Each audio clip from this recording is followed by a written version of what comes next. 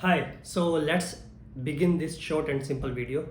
Can we repeat PT academic test? Yes, we can repeat PT academic test.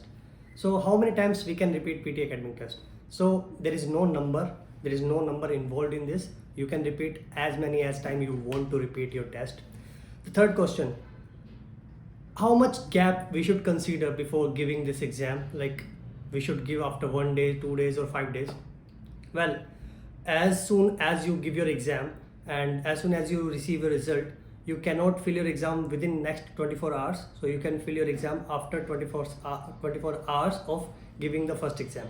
So you can have this gap, but ideally I would suggest anybody who is going to give the exam or going to appear in the exam, just try to take a gap of 5 business days or 5 days to just appear in the exam, so that they can work on the mistakes they have made or they can go for the exam again. All the best, guys.